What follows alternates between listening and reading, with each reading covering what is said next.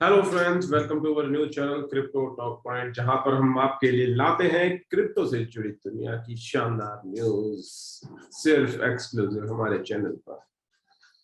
दोस्तों, पहली न्यूज है हमारी बिटकॉइन से। जी हाँ, बिटकॉइन में एक नया प्रिडिक्शन आया कि 2023 तक बिटकॉइन $1 लाख तक पहुंच जाएगा। जी हाँ, बहुत सारे ट्रेडर्स हैं जो ये प्रेडिक्ट कर रहे हैं, क्योंकि अभी जो मार्केट शो कर रही है वो 2018 के लास्ट क्वार्टर वाले सेम ट्रेंड शो कर रही है, जब भी बिटकॉइन की कीमत इसी स्तर से ऊपर गई थी, और अभी भी वही स्तर है और वही बियरिश मोड की जगह बुलिश मोड दिखाई दे रहा है, जिससे हम कह सकते हैं कि ये $1 लाख तक जाएगा अगले साल के अंदर।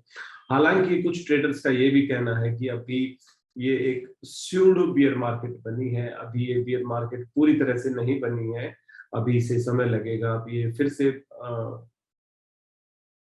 थोड़ा नीचे की तरफ जाएगा, उसके बाद फिर से ये बुलिश ट्रेंड लेगा, जो कि एक अच्छा संकेत है। और हमारा भी प्रेडिक्शन यही है कि जैसे इसने अब 21,000 के स्तर को छुआ है, ये मोस्ट प्रोबेबली ऊपर की तरफ ही जाएगा। हालांकि बीच में थोड़ा बहुत डाउन ट्रेंड देखने को मिल सकता है, लेकिन बी पॉजिटिव, ये यूपर की तरफ ही जाएगा। आइए चलते हैं हम अपनी अगली न्यूज पर। दोस्तों, अगली न्यूज आ रही है हमारी यूके से। जी हाँ, यूके ने स्टेबल कॉइन्स के लिए एक नया नाम सजेस्ट किया है, डिजिटल एसेट सिस्टम के अंडर जो आता है, और उन्होंने साथ में ही जो एक क्रिप्टो के लिए रेगुलेशन बिल है उसका भी ऐलान कर दिया है।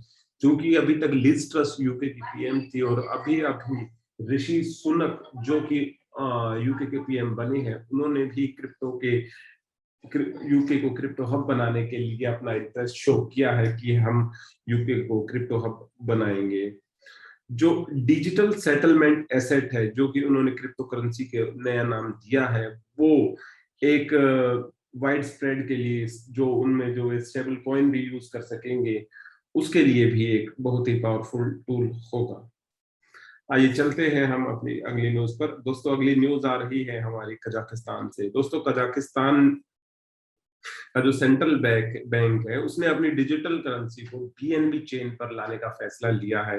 अभी हमारे जो कुछ दिन पहले हमने न्यूज दी थी, उसी टाइम पे बाइनेंस को वहां का जो क्रिप्टो ट्रेडिंग लाइसेंस मिला था, उन्होंने ही इस प्रतियोगिता में स्वयं को अव्वल पाते हुए जो ये सेंट्रल बैंक का कॉन्ट्रैक्ट है वो हासिल किया है, और बीएनबी चेन पर जो उनकी डिजिटल करेंसी है वो आएगी। जो सीबीडीसी है, वो जो डिजिटल टेंच है, वो बीएनबी की ब्लॉकचेन पर ही आएगा।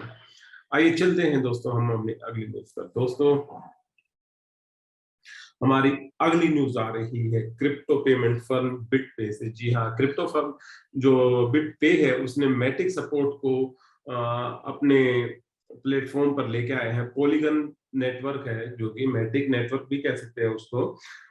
हालांकि अभी तक जो बिटकॉइन और कुछ और क्रिप्टो पेमेंट्स को ये सर्विस प्रोवाइड करा रही थी, अब ये मैटिक के ही प्लेटफॉर्म पर आप स्टोर, ट्रेड और स्पेंड कर सकते हैं। इस वीक के अंत तक ही आएगा। और अभी जो कलेक्टिबल कंपनी पेनिनी अमेरिका है, जो कि एक एनएफटी कंपनी है और जो ट्रेडिंग कार्ड्स भी इशू करती है, वो भी बिट पे से मैटिक की पेमेंट्स लेने को एक्सेप्ट करना स्टार्ट कर देगी, जो कि एक बहुत ही अच्छी खबर है। जैसे ही इन पेमेंट्स के दायरा बढ़ता जाएगा, इसी तरह से क्रिप्टो के पूरी तरह से पूरे विश्व भर में लीगल होने के चांसेस बहुत अच्छे होंगे, और इससे क्रिप्टो की कीमत ऊपर जाएगी। दोस्तों, हमारी अगली न्यूज है सिंगापुर से। जी हाँ, Singapore wants to prohibit retail from borrowing funds. जी हाँ, क्रिप्टो इन्वेस्ट करने के लिए कई बार लोग फंड को बोरो करते हैं, जो कि सिंगापुर की बात कर रहे हैं हम स्पेशली। उसमें वे क्रेडिट कार्ड से और स्मॉल टाइम लोन लेके वे क्रिप्टो में इन्वेस्ट करते हैं। लेकिन सिंगापुर की जो गवर्नमेंट है, उसने ऐसा करने को एक घातक परिणाम बताते हुए इस मामले में एक कानून लाने की कोशिश की है। उन्होंने कहा है कि जो सिर्फ एक्रेडिटेड इन्वेस्टर हैं, मतलब जो इन्वेस्टर हैं जो मतलब रेगुलर रूप से इन्वेस्ट कर रहे हैं, उनके लिए एक 2 लाख सिंगापुर डॉलर की वे लिमिट रखेंगे। बाकी और जो न्यू इन्वेस्टर हैं, स्मॉल टाइम इन्वेस्टर्स हैं, उनको भी क्रेडिट कार्ड पर ये क्रिप्टो करेंसी लेने की छूट नहीं देंगे। ये अभी तक हालांकि लागू नहीं हुआ है, लेकिन कुछ समय के अंदर ये कानून लागू हो जाएगा। दोस्तों, हमारी अगली न्यूज आ रही है नाइजीरिया से। नाइजीरियन सीबीडीसी को लॉन्च हुए 1 साल हो गया है, लेकिन लॉन्च के 1 साल बाद भी लोग इसका वाइडली यूज नहीं कर रहे हैं। लोग अभी भी जो इंटर कंट्री जो पेमेंट्स हैं उसके लिए दूसरे क्रिप्टो करेंसीज को यूज कर रहे हैं। हालांकि जो ये सीबीसीडी है वो उसने करीब बहुत चीजों में इसके ऊपर 5% डिस्काउंट भी दिया है। ये करेंसी ई नायरा जो कि करेंसी का नाम है, हालांकि इन्होंने भी करीब बहुत सारी छूट देने के बावजूद भी इसका डाउनलोड भी इतना ज्यादा लोग नहीं कर पाए हैं। इसमें कुछ अड़चने आ रही हैं, जैसे जो नेटवर्क प्रॉब्लम होती है अफ्रीकन कंट्रीज में।